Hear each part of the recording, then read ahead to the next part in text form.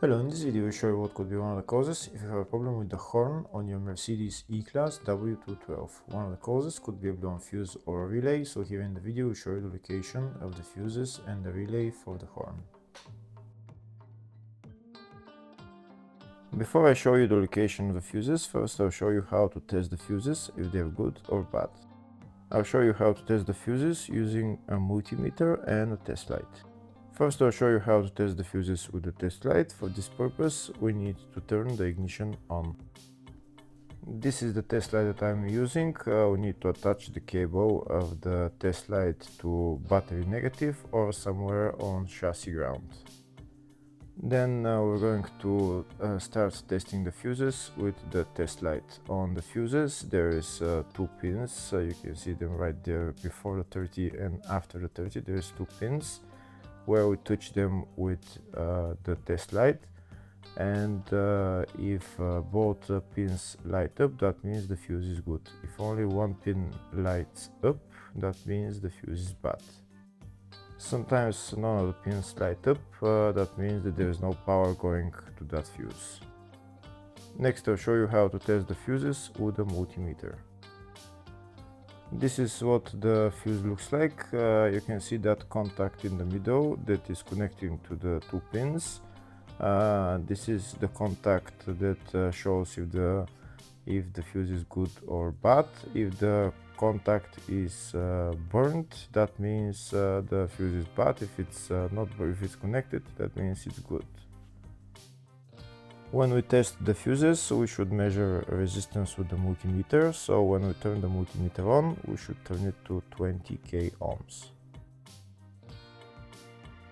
When measuring the fuses, the resistance should be very close to zero. We'll start now testing each fuse. First, we'll touch both cables together of the multimeter just to see if it measures resistance. You can see there is no resistance in the cables, but it measures 0 ohms.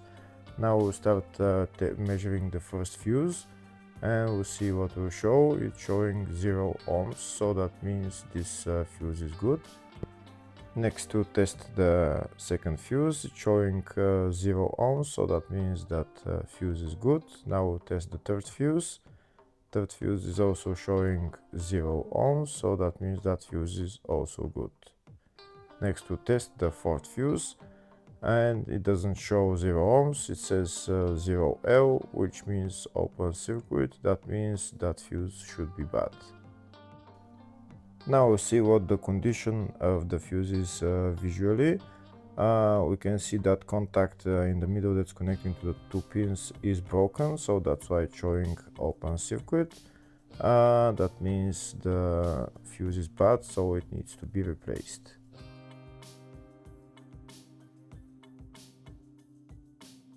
Next I'll show you the location of all the main fuse boxes on this Mercedes E-Class W212. There is one fuse box in the engine bay area, and it's located right there, just underneath this cover.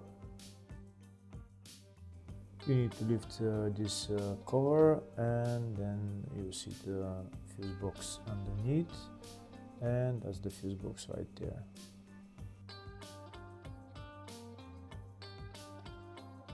Next I'll show the location of the other fuse box on this Mercedes E-Class. It's located in the load area, and it's just behind this panel, and that's the fuse box right there.